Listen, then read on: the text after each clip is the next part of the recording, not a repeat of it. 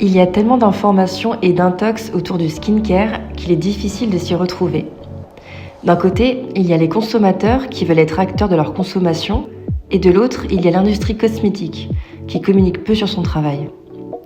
Mon souhait, c'est de créer un lien entre ces deux mondes, car qui de mieux que des experts pour répondre à vos questions? Je suis Alizé Gagnou et vous écoutez Just Lab, le podcast qui redonne la parole aux experts. Salut Boris, Salut Alizé, comment tu vas? très bien et toi? Ça va, merci. Je suis très heureuse de t'avoir aujourd'hui pour échanger autour du monde du parfum. Pour commencer, est-ce que tu pourrais te présenter, s'il te plaît? Avec plaisir. Donc, je suis Boris Grimal. Je suis Key Account Manager chez CPL Aroma depuis 2 ans. Ça fait à peu près 18 ans que je travaille dans l'industrie du parfum. Et depuis 16 ans, j'interviens dans différentes formations universitaires. Ok. Et est-ce que tu pourrais nous expliquer un petit peu le rôle des parfumeurs pour les marques de cosmétiques? Alors, les parfumeurs, ce sont les artistes des odeurs, les parfumeurs. En gros, moi, de mon point de vue, sans les parfumeurs aujourd'hui, on vivrait totalement dans une espèce d'énorme cacophonie olfactive Où est-ce que vous trouvez les inspirations en tant que parfumeur? partout. En fait, les aspirations, ça se trouve, oui, ça se trouve partout. Ça se trouve dans ce qui existe sur le marché, dans les codes de la parfumerie, mais également dans le quotidien, dans nos envies, dans tout ce qu'on croise. Alors, parfois, on cherche longtemps, on essaie beaucoup de choses pour parvenir au thème, donc au thème olfactif qui fera la différence. Puis après, il faut le réaliser, il faut l'affiner, il faut l'équilibrer, le signer, le rendre un peu différent, le rendre addictif. Et pour tout ça, ben, le parfumeur, son talent est primordial. Sans ça, on n'y arriverait pas. Et sans odeur du tout, ben, la cosmétique, ce serait quand même comme un grand repas, mais sans saveur.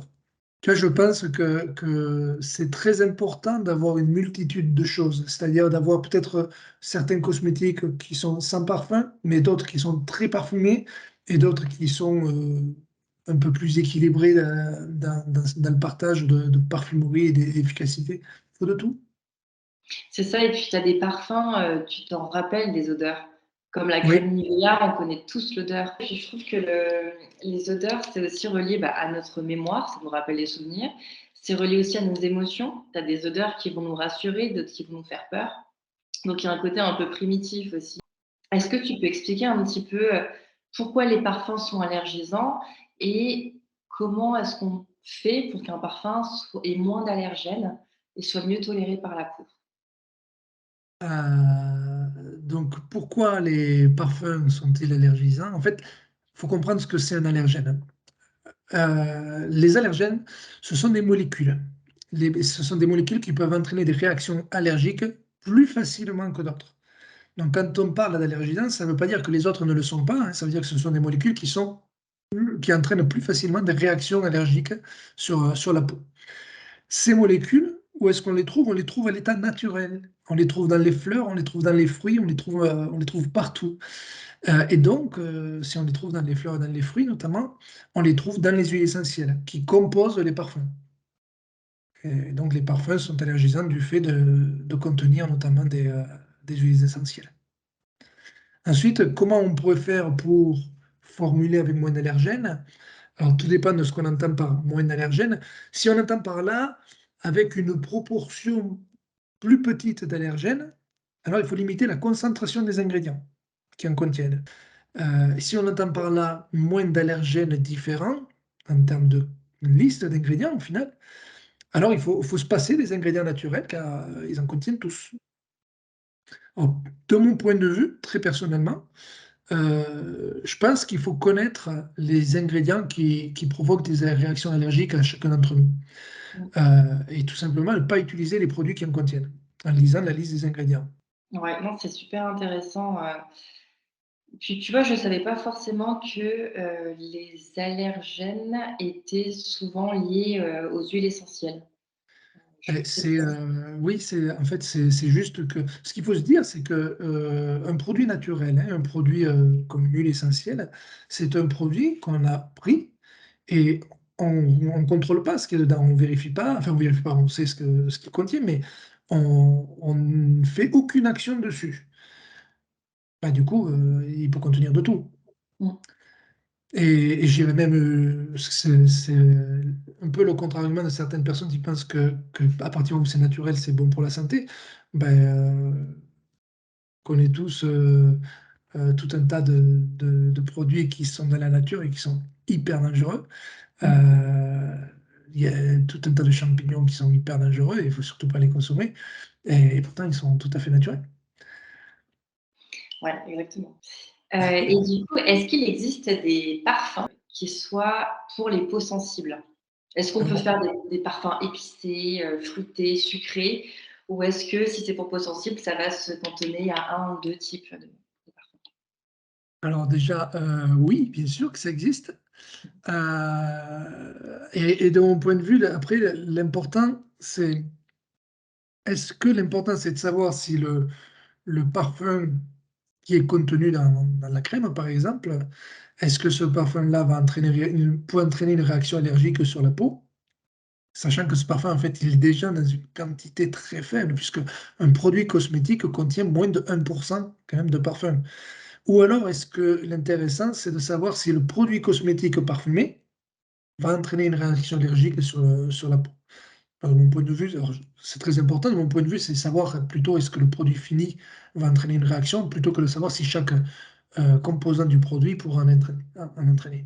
Et alors, du coup, si je veux encore essayer de, de rendre plus trivial l'explication, c'est comme si on me demandait de manger une cuillère de moutarde. C'est pas possible. Ça va être horrible en bouche. Pour autant, si je mets cette même cuillère dans un plat avec une sauce et accompagné de légumes et de viande, etc., ça va me poser aucun problème. Pourtant, j'ai mangé la même quantité de moutarde au final. Mmh. Voilà, pour moi, c'est le point.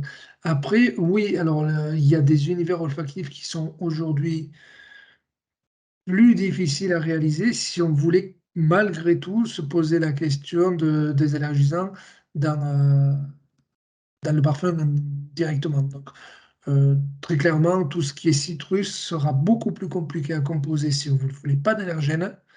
Je te pose cette question parce qu'on se rend compte, en tout cas sur le marché, il y a de plus en plus de produits, de soins, qui sont sans parfum et en Oui, général, on les met en lien avec, les peaux sensibles.